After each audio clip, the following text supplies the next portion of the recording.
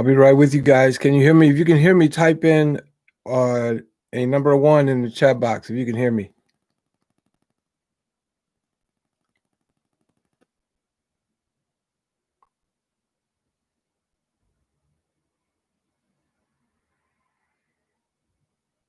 Cool. Right on. Hang on 1 second because I got to pull up these questions. A lot of people didn't have time to come in, but they're going to catch it and get the answers then, I suppose. 1 minute, please. Thanks for stopping by, guys.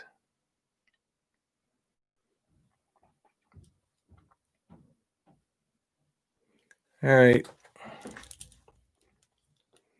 We'll give it a couple more minutes so we can get started. As you can see, there's a green screen behind me. That's what I use when I do my videos that are pre-recorded so I can put pictures up and stuff that I want, you know.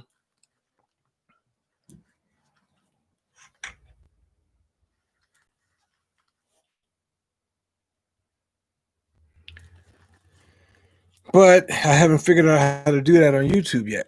So it is what it is, right? Until it's not. Scratches on my glasses, man. I'm sure you guys can see that. Or can you? Or can you?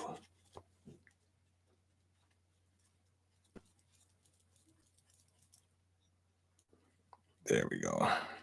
Much better. Bam! All right. We're going to go ahead and get started.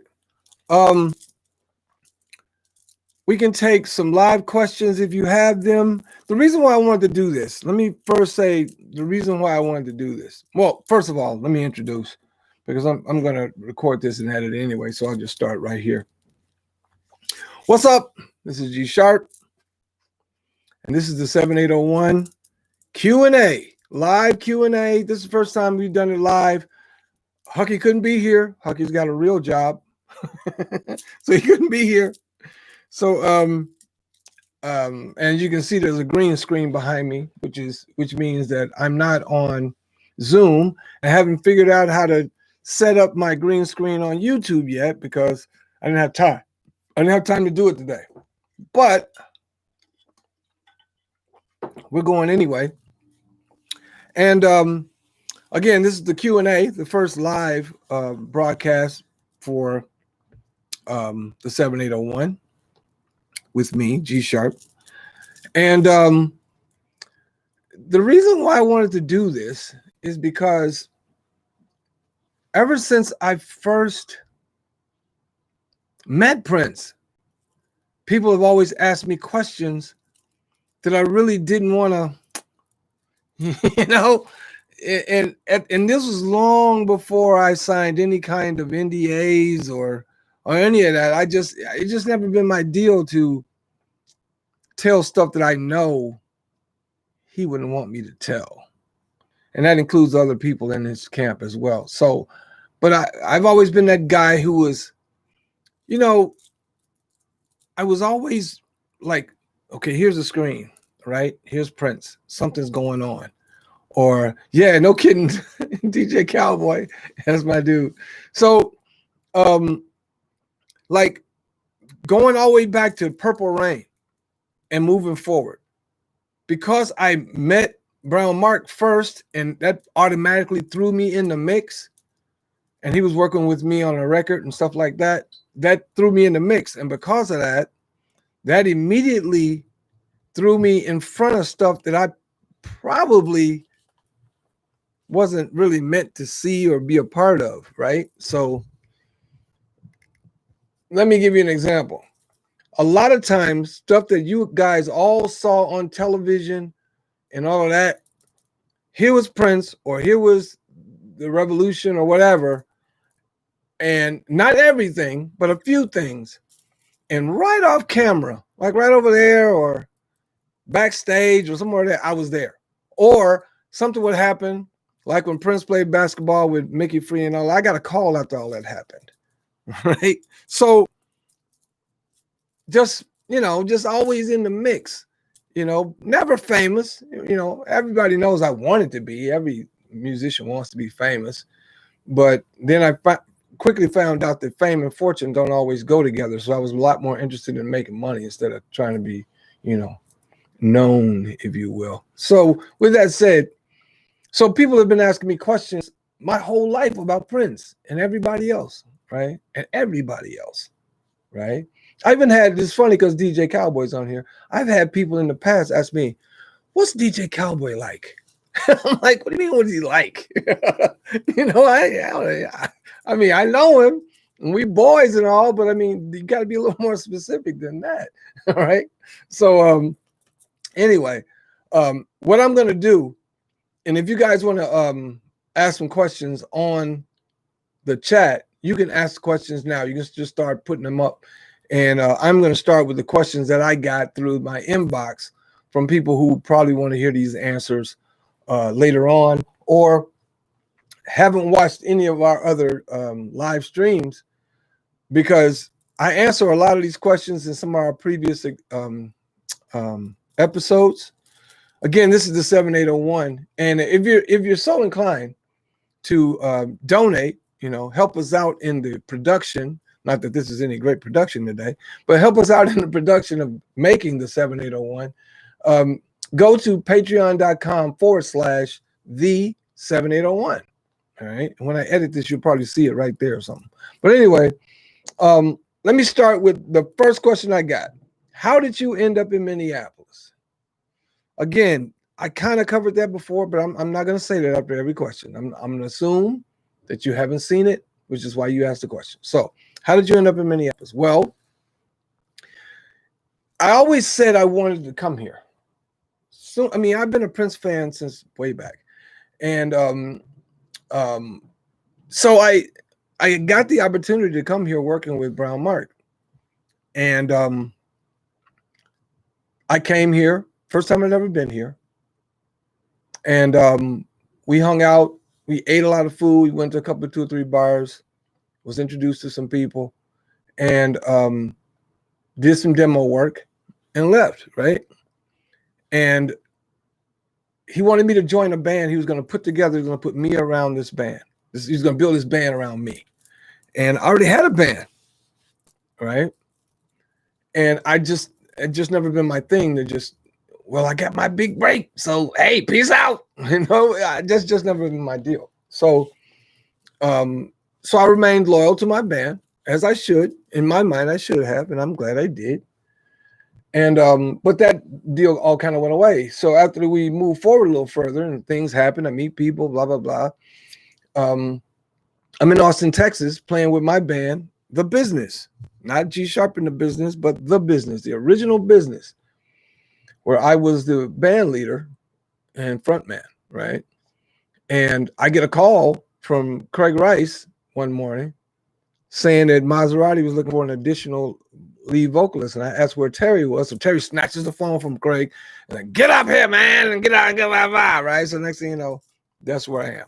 And I ended up coming up here and moving. And I've been here off and on since that day. I've lived in Minneapolis 3 times and left twice. And both times I left and went to Austin, Texas. And in Austin, Texas, that's how I got with Jimmy Vaughn and won a Grammy and all that stuff. And the screen went up, you would see it. Oh, actually, I took it down for the screen. My Grammy. So, just bragging, that's all.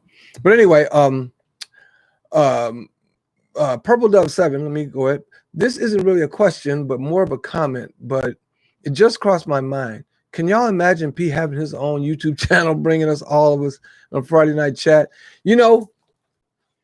I'm going to address that, if you will. Knowing Prince like I do, and I'm sure DJ Cowboy can attest to this as well, I don't think he would do it. I really don't. And here's why. Couple of reasons. He didn't like YouTube. He hated YouTube. If it wasn't for him dying, you would not see any YouTube videos with Prince on them. He gave me a whole story about that, and I'll talk to you guys about that some other time. But I don't think he'd do it. I think he would have created his own platform. No, wrong. He wouldn't need to, because the platform that we put all our stuff on right now, not Facebook, right? Not Twitter, not Instagram, none of that stuff.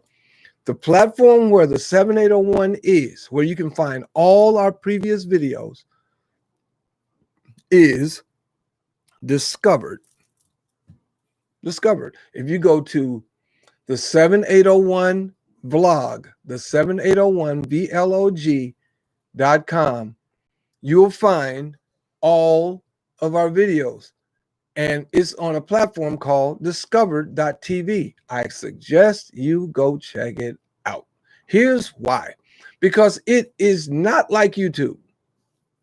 It's video centric, but it's not like YouTube.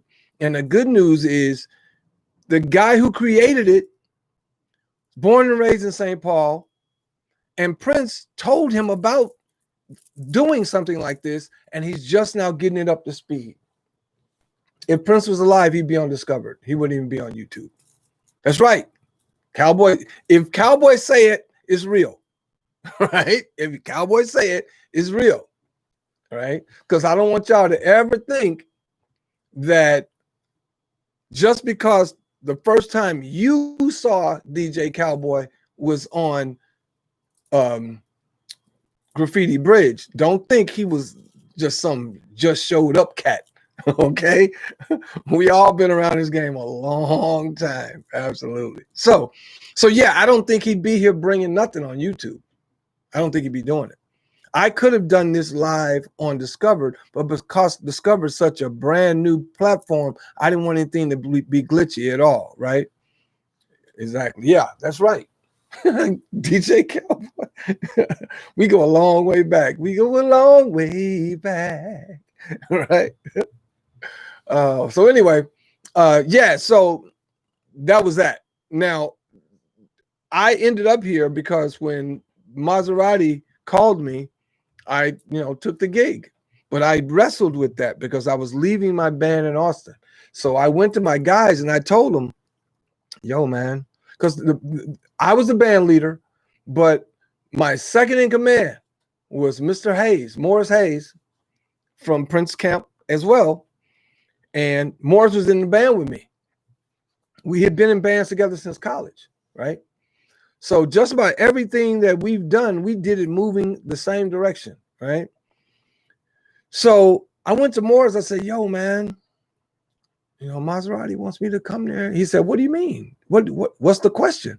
I said, man, I don't like just pulling up, leaving my cats. He said, look, man, I know how you do. You've been doing it this way your whole life. I know that if you go to Minneapolis and you get in Maserati, if there's any way that any of us can get pulled up, I know that's how you do. So go and do what you need to do. And you know how Morris is, man, go with God. Right? So that's what I did. I moved up here and I've been here off and on since 87, I think, maybe something like that. So I've been here a long time off and on. Every time I leave, they pull me back in. So anyway, next question. When did you first become a Prince fan? Whoa. To be perfectly honest, I didn't become a Prince fan immediately. Being a musician, we always, tried to find what we didn't like about an artist so we can be better at it. See, the band I was in at the time, Fingerprint, the first band I was ever in, we did a lot of Prince music over time, but when we first started, we never tried to compete with the local artists in town. We never did. We tried to compete with people like Prince. So when Prince first came out, I was in college, right? So I wasn't really in a band. I was just in college. And, I liked what I liked.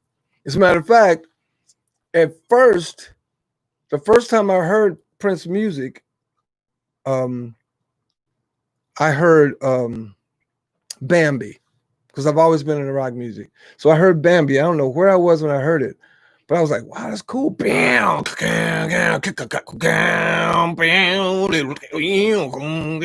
I loved it, right?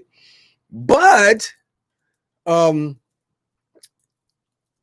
eventually I got into him.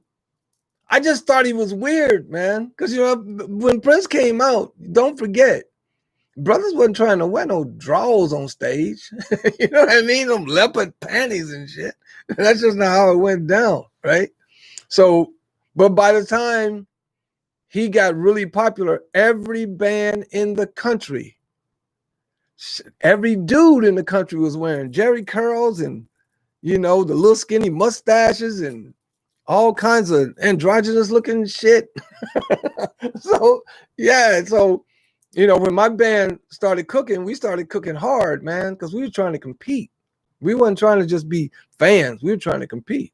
Yeah, Marla, man, look, my band Fingerprint did a video, music video, didn't have no deal, no nothing. Did a video called Under the Streetlight. If you check my page, you'll probably find something about it.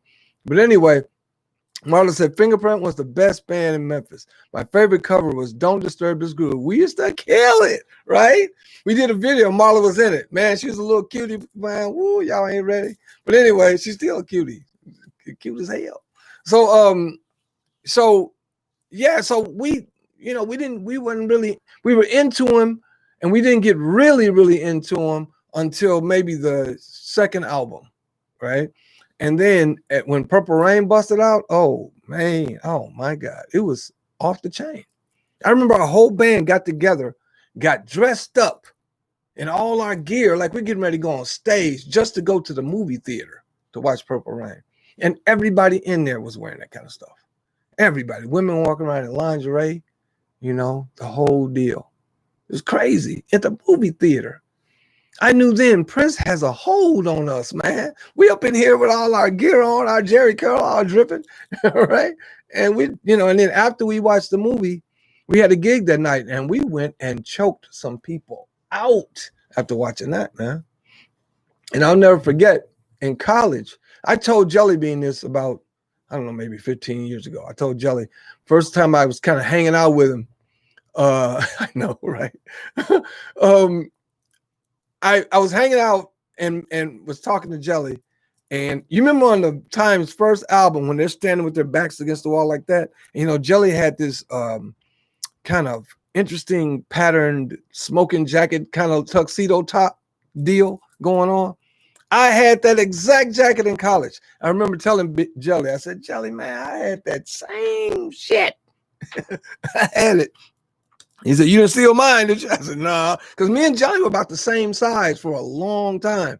And then Jelly gained a lot of weight, and now he's skinny again.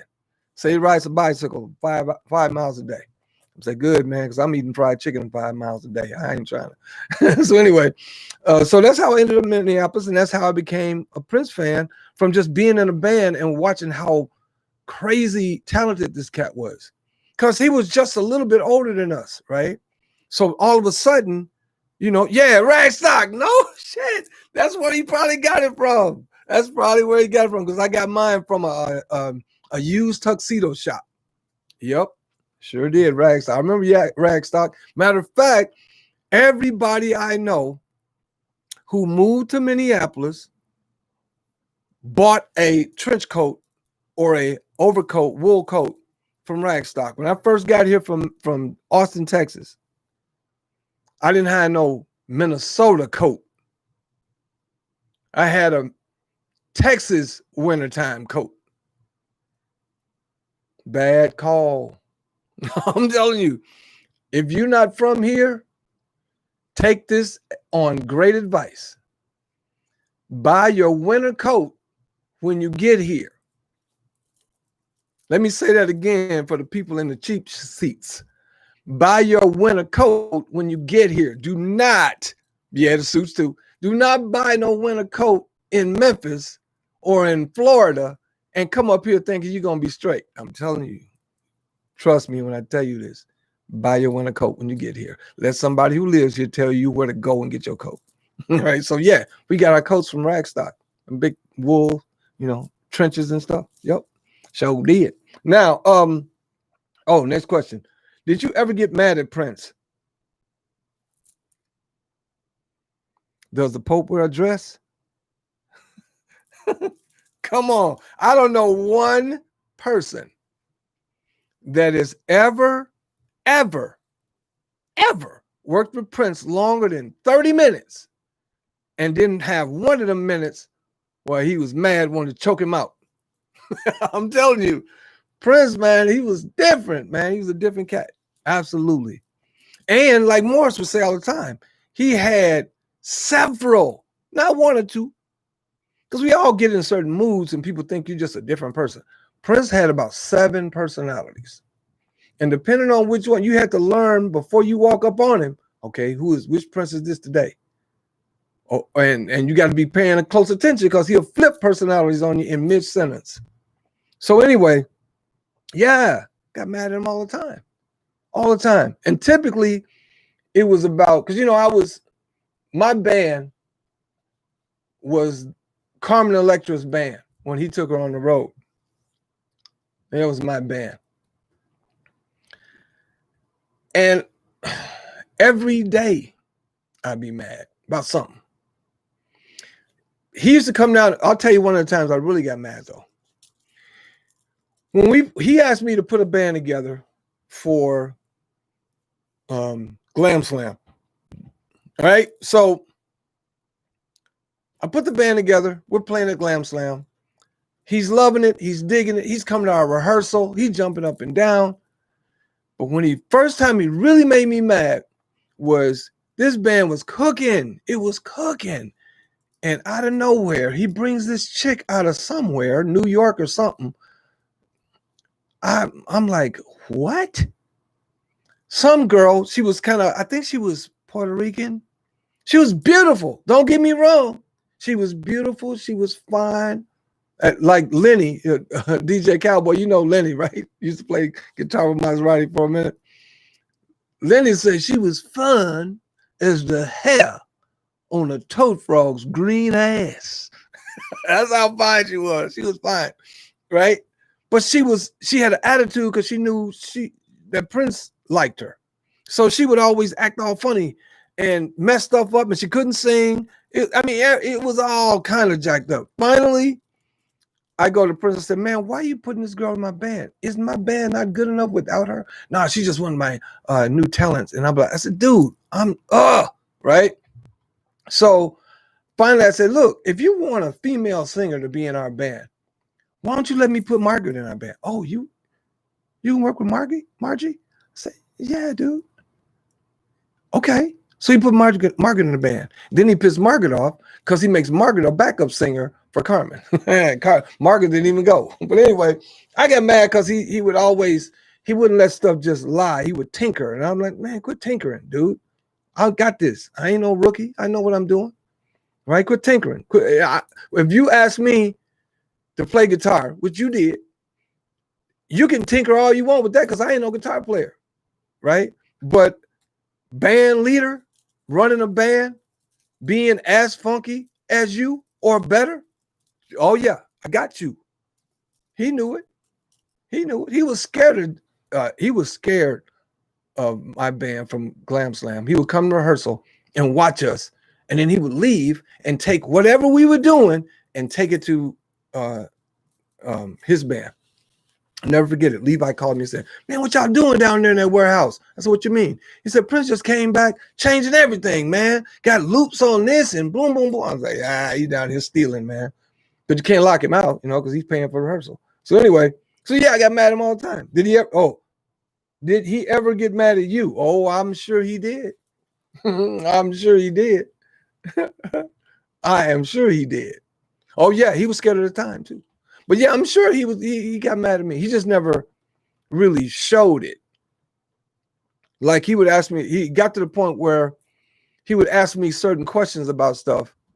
And I would say, you want the real answer? Or you want what you want to hear? He just get up and walk away. That's Prince. I'm mad. I ain't gonna cuss you out. I'm just gonna get up and walk away. All right. So that was that. Next question. When did you first go to Paisley? Wow.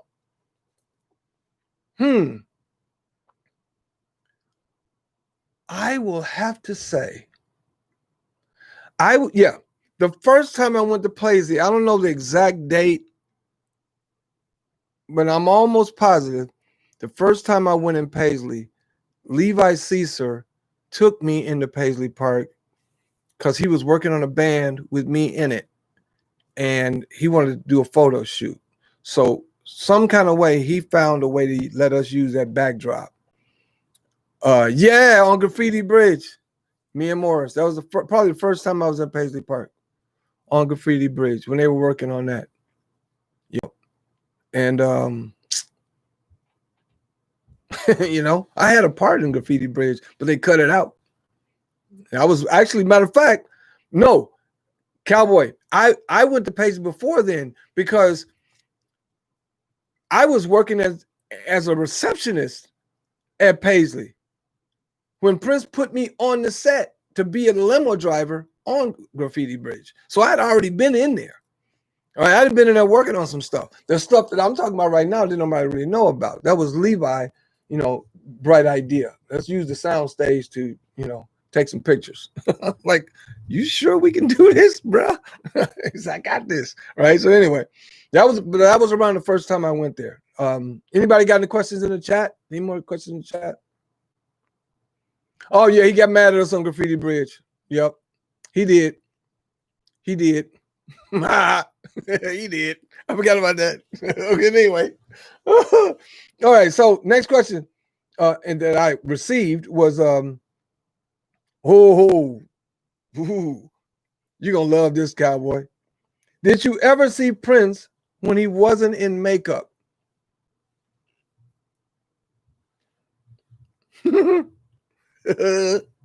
Yes.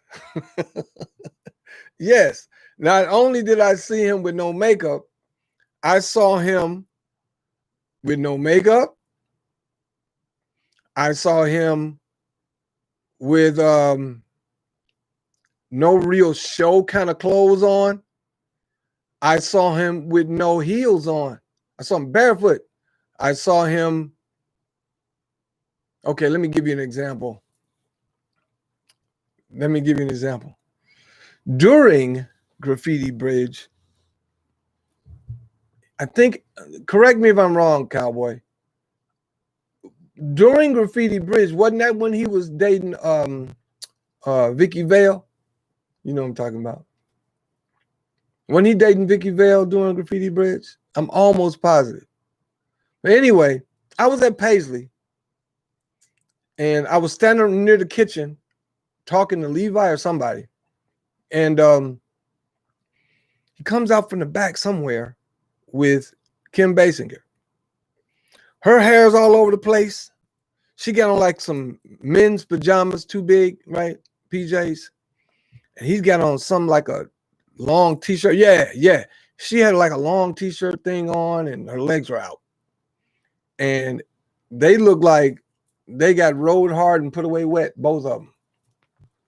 And I know he wasn't expecting to see nobody coming out when he was coming out from where he was going. I think he was headed to the kitchen. They headed to the kitchen. When I saw them, I said, okay, yeah, he don't want me to know I'm here. So I backed out and went on around the corner, about right around the front again, kind of stood there till I heard them go in the kitchen. And I just kind of hung out up there for a little bit until they came back. But yeah, I seen him without makeup. I also went to his room, knocked on his room one time on tour, and he had on, frumpy. He had on a men's plaid shirt, right? Sleeves cut off, some black, like nylon, not nylon, but like black polyester pants. You know, he used to wear that kind of shit. And yeah, it was a men's dress shirt, cut the sleeves off, and it was red, you know, plaid, right? And he still had shoulder pads under the shirt that you could see, you know, because he was slight. He was a very slight brother. So he had shoulder pads out to here on a shirt that the sleeves cut off. It's like he jumped up and threw it on real quick to answer the door. And his hair was all in a thing, you know. So yeah, I've seen him in some really jacked up situations. I played ball with him too, so he didn't have heels on when he's shooting basketball. He had some weird clothes on. I'll talk about that at some other point too. But anyway, I'm gonna save that one for last. Remind me, what's your favorite memory of him? That's my last question. I'm not gonna do it right now. Do you? Oh, so I stacked all those together. They asked, do you know Jill Jones? Do you know Apollonia? Did you ever meet Vanity? Okay. Do I know Jill Jones? Casually. The first time I met Jill was when Omar had my band G Sharp in the Business play that party at the Metropolitan, right? And Jill was there, and she sat in with us, and it was cool because I don't know one dude that didn't have a crush on Jill Jones. Not one. Not one. We all liked her. All right. I don't know. We didn't know her, but we all, you know what I'm saying? So yeah, I met her then. I didn't meet her back in the day. I met her a few years ago, like 2016. And Jill ain't no joke, man. Don't ever say no smart shit around Jill. Don't ever try to be, trying to be all whatever. Because that ghetto pops out. She'll get with you. For real. Now, she never did it to me, but I've seen her in action. Let's say that.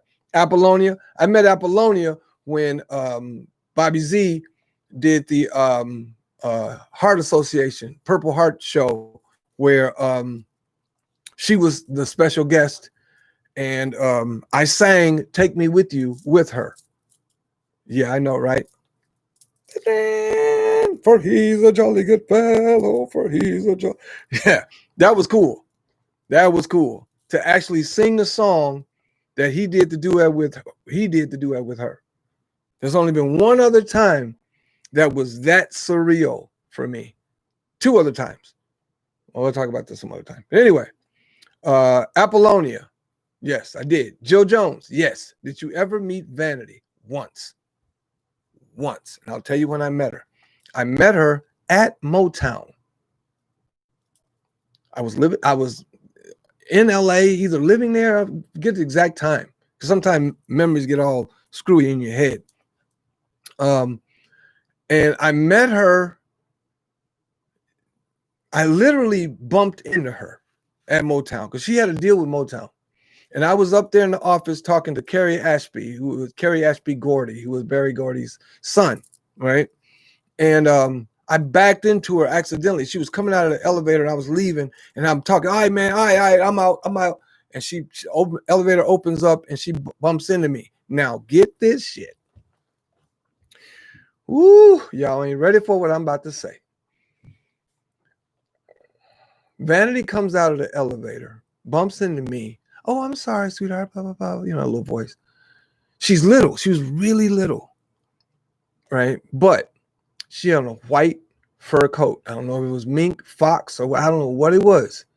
Sable, chinchilla. I don't know what it was, but she had a white coat on and shoes.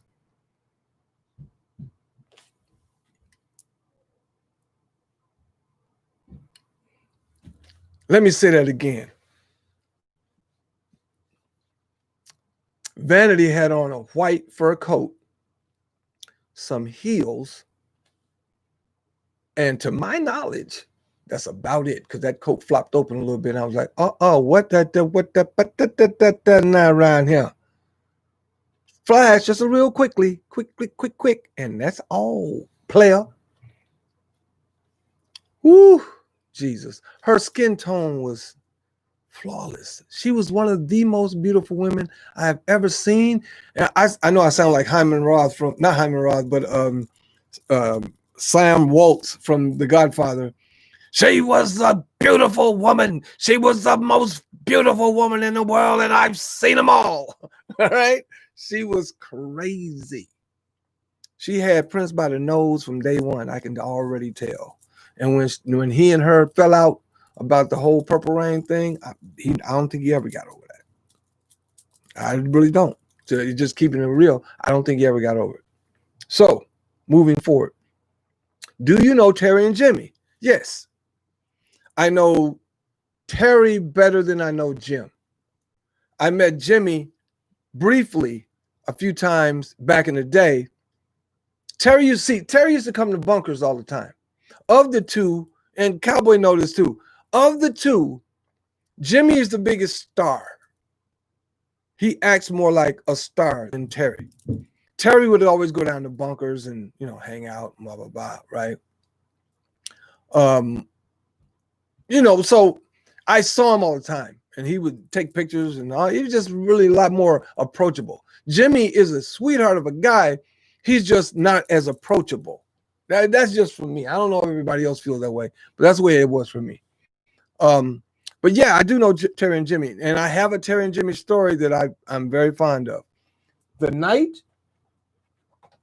that I received this August award, this prestigious award, presents this Grammy certificate to Greg Sane in recognition of your participation as a songwriter and musician on their Grammy award-winning album, Do You Get the Blues, Jimmy Vaughn.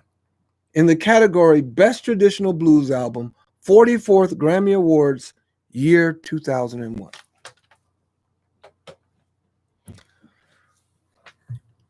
As soon as that award was handed out, yeah, that's right. You and Jimmy were DJs. I forgot about that. Jimmy sure was. He was a DJ first. When they handed the award out, right, we went up on stage, took the thing. Jimmy talked for like a half a second. And David Foster presented it to us with Olita Adams. Yolanda Adams. No, Olita Adams, the tall sister that sings gospel. That's Olita, right? No, that's Yolanda. Well, anyway, one of the Adams girls handed us the Grammy, and then they escorted us through the curtains. Soon as you walk through the curtains at the Grammy, at least this one, soon as you walk through the curtains, then you're immediately met with people who take you through a press junket, and you go through all the different stations all around. It's like a maze, stopping at different places, standing behind this thing with the Grammy stuff on it, taking pictures, blah, blah, blah, bada, bada, boom, bada, bing, bada, boom. Okay? Soon as I got backstage, standing there, who had just received an award, Terry and Jimmy. Terry says, "Welcome to the fam, right? Like that, right? And we shook hands. I was like, man, I'm so excited. Not to mention, while we're standing on stage and Jimmy's talking in front, doing this to me, yeah, the motherfucking Outcasts, Andre 3000 and Big Boy. And I could have been done right there. I could have get hit by a car that day and I'd have been straight. All right. It was a great day. It was an awesome day.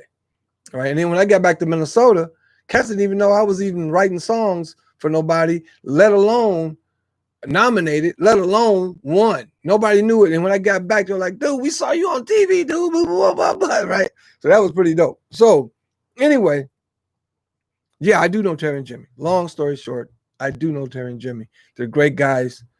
And the brother who put together Discover.TV, Skeeter, I'm sure, Cowboy, I know you know Skeeter. He put together Discover.TV. I've got a G-Sharp profile there. I've got the 7801 profile there. And I've also got my That Which Matters Most with Sarah GL there as well. But yeah, Terry originally was going to fund that project, and then things got moving around in other places and they didn't have time to work with it. But yeah, I do know them. Next question. What's your experience? Well, let me ask again. Anybody got any more questions in the chat? Anybody in the chat got a question? Anybody? Let me see. Let me look up. Make sure I didn't miss nothing. So far, no. I got it. Okay. Next question. What is your experience with Glam Slam? Do you remember Glam Slam? Well, yeah, I played at Glam Slam. I did. Prince asked me to put a band together, and we played at Glam Slam. I talked about that on one of our streams as well. So go check it out, right? Go check it out. Check it out. Where you came for this, you look at all our videos right there, right? All right. Now, any juicy gossip? Of course. Of course. Of course. I got some juicy gossip. Cowboy got some juicy gossip. Everybody who ever stood around Prince longer than an hour and a half got some juicy gossip. Am I going to give it? No. Even if I I just wouldn't. If somebody, even if TMZ knocked on my door right now and said, we'll give you 100 grand well, no, I wouldn't do it. They came to me and said, I heard you know about X, right? Yeah, Hucky know. If any, it's two people for certain. They know where all the bodies are buried. That's the way I like to put it. Hucky. In a later time, Aaron, tall, bald-headed white guy who was his security. Aaron, because he was always with him. And one of the guys who I'm going to have on the show here really soon. We're trying to get the scheduling together. Robbie Pastor. Absolutely. I want to get DJ Cowboy on too. Cowboy, holler at me, man. I want to get you on the show because I want people to know who you really are. I want them to know the DJ Cowboy they don't know, and how you got the Cowboy moniker, what you did with Prince when nobody saw it. I want the juice, bro. Now you don't have to tell no stuff that you don't want to tell, but I'm gonna be pushing you. So anyway, holler at me. So anyway, of course I got juicy gossip. I got some stuff, man. I'll take it to the grave, but I got some. I got some stuff that may come out where I won't have to talk about it until it comes out. I won't talk about any of the stuff that I know unless the parties involved who are living come out first. But you heard from me, there are some people living and moving about right now who can tell you some stuff that you'll be like, dang, for real? I'm telling you. Because everybody, again, just like Michael, right?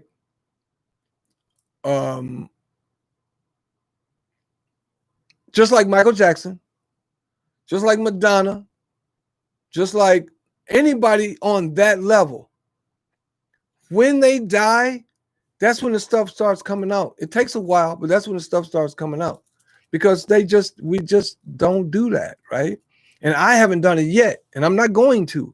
Now, if somebody does talk about some stuff, I'll say what I knew about that and whether I thought it to be real or not, right? Based on what I knew and what I saw.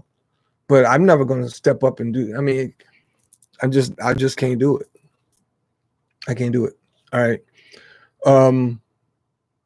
When will you play again? Me?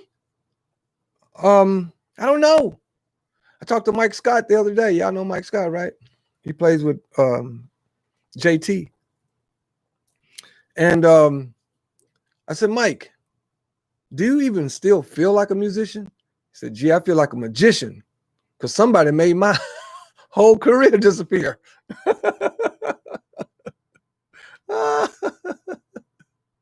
Oh, he said somebody made my whole career disappear. So anyway, yeah, I mean, I'm gonna do something with Brown Mark because I'm in Brown Mark and the Bad Boys of Paisley. We're gonna do something streaming like we're doing right now, where I'm gonna be sitting in my, hold on. Don't ever forget I'm still G Sharp. Yeah, we're gonna do something. We're gonna do something here directly. Matter of fact, it's gonna be this month. We're gonna do something this month. Y'all like that? Look at that. Look at that. G Sharp in the house. Look at that pretty guitar. That's so weird nice, ain't it? So weird nice. Plus I get my Texas deal going there too. But anyway, yeah, we're gonna play this month, July 20-something. It's gonna be a streaming deal. I'm gonna be at home. Brown Mark's gonna be where he is. Wizard gonna be where he is. All the band members gonna be where they are, and we're gonna do a bunch of stuff. It's gonna be dope, right? So yeah, that's what we're doing. So we will be playing again. Plus, I'm working on my own album, and when that comes out, I'll play it in too. Absolutely, no doubt. So look out for it. Now I'm gonna go back to my first question. Anybody got any question here before I read this last question and then roll out? because once I read this question, I might have to leave anyway, because, sometimes you talk about Prince, I don't really want to be sitting and people watching me when I'm talking about it. All right. So last question that I got earlier. What's your favorite memory of Prince? I had to think about that one. And I already know whatever I say right now, something else is going to pop up in my head and make me want to say, no, that's not it. This is it, right? But I would have to say my favorite memory of Prince was not when I first met him, because I was still kind of starstruck and didn't even really realize that that was Prince. I was just standing there talking to him, right? I would have to say my favorite memory of Prince was a time when I wanted to punch him in the throat. And I'll tell you what it was. We were practicing for Carmen. And this was when we were practicing at Paisley. And at the time, I didn't know very much about how to play guitar at all. I'm still not that good. But at the time, I really didn't know nothing. But Prince said, I'm going to teach you. Don't worry about it. I got you. So I'm like, okay. Right? He's showing me a part. Now, as you can see, this is a regular size Fender Stratocaster. Regular size Stratocaster. And we're playing some Carmen Electra something or other. Right? I don't know what it was. And he said, you're playing it wrong. So he comes over. He says, give me your guitar. So I take it off. And because my strap is made for my 6'2" body, all right, he puts his foot up on a chair and holds it like this, and he starts playing whatever he was playing, right? And I'm looking, and he's playing. He stops and says, "Are you writing this down?" I'm like, "No, I'm watching. I'll catch it, right?" Then he says, "Unless you're a genius like me, you might want to write this down." Right then and there, I was like, I could see, you know, I could see myself just socking him right in the throat.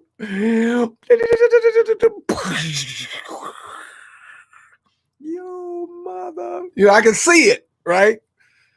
But of course, I didn't hit him. We didn't fight or nothing. But that was probably one of my favorite memories, because that was Prince's way of saying, you got to get this right, bro. You got to get this right. I'm depending on you to get this right, because your part is part of the song, right? No part was too small for him. If he gave you a triangle part, if that was the part, you can't play it wrong, because he used to say all the time, music is mathematics. You have to play within the lines. You don't jam in what I do. Jam sound like from the seats in the 30,000 seat arena. Way up there, if you're jamming and playing whatever, it's for it to be tight, you got to play it right. Okay, so that's one of my favorite memories, and I know as soon as I get off here, I'm gonna be like, I can't believe, because somebody's gonna call it, that was your favorite memory? Well, what about that? Blah blah blah. I'm like, yeah, you're right. That wasn't the best one. But anyway, I'm gonna we're almost an hour, and thanks everybody for your questions, and thanks to you guys who ask questions on the live chat. But again, how can I do this for therapy? Not just for Prince therapy, but for being artists, for being connected to artistry, right? Because all of us have a different perspective about what it was like to be at the 7801. All of us have a different perspective as to what it was like being in that orbit. right? Prince was the sun, and we were all planets. Some of us were space dust, but we all were planets and satellites and moons, right? Some of them were asteroids, right? We all were orbiting the sun. And just like the old Greek story about Daedalus and Icarus, you can't get too close to the sun, because you get too close, man, you burn up. Just like those moths that fly around the porch light, they know how close to get, because you get too close, done. So if you, and that's me in a kind of a backhanded way of saying, nobody got too close to Prince. Because as a matter of fact, the moment you got where you felt like you got really, really close was the moment you about to be sent home. Because he didn't, I don't think he worked well with real, true emotion. My buddy, Stephen Slater, says all the time, Prince was an amazing talent, but imagine what he would have been if he had the ability to stand naked before God. In other words, show who he really was. I don't think anybody ever saw who he really, really was. Anybody. He was always on. You know? So it was an interesting boot camp, if you will. Because since then, and I know DJ Cowboy can attest to this too, after you've gone through the Paisley Park Prince boot camp, everybody else who does what you do seems like they're lazy as fuck. Yeah, man, we're going to go in the studio and work. Okay. I was in LA. I remember many times doing that. Okay. Go in the studio. Them cats be in there 2 hours smoking weed. Half of them 2 hours, they calling people to come down and just look at them while they stand in the studio. And 3 hours later, they're ready to go home. Like, home? Done? It ain't even midnight. What? We came in here at 9. It ain't even midnight. Y'all getting ready to lock up? Yeah, man, we got it all month. Dude, we could have written 6 albums in a month. But they're not accustomed to that level of work ethic. And believe me, I am not a hard working dude. I don't like working hard. I don't even like being in the studio. That's why when I record, somebody says, we want you to sing this song. I said, okay, how much time you got? Oh, we got plenty of time. I said, no, I ain't talking about plenty of time. Can I do my part in an hour? Well, if you hit one take, okay, good, let's go. All right. I hate being in the studio because it's like being in here right now. There's no windows open. I don't know what time it is. Like I'm in a capsule. But in the studio, it's the same way. So I remember many times going into Paisley Park and being in there, going in there in the morning and coming out in the morning. Can I get an amen? Some of y'all know what I'm talking about. Go in the morning, come out in the morning. Don't even know you've been in there 24 hours. But you in that circle, man. You in that camp.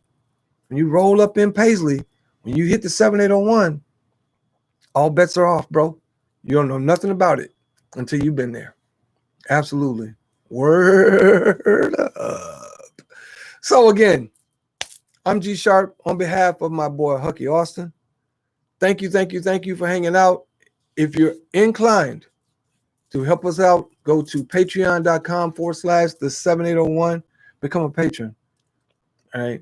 And also stick and stay every Friday night at 8:30. We try our best to give you some content. So this is the YouTube channel. You can also go to vlog.the7801 or the7801vlog.com and see this. You can also go to the 7801 podcast and see, podcast.the7801. I know that's right. Time to hit them streets, player. All right. Well, listen, again, I'm G Sharp on behalf of my boy Hucky Austin and on behalf of my boy original DJ Cowboy who kept it funny. Absolutely. Thank you very much. And as always, imparting peace.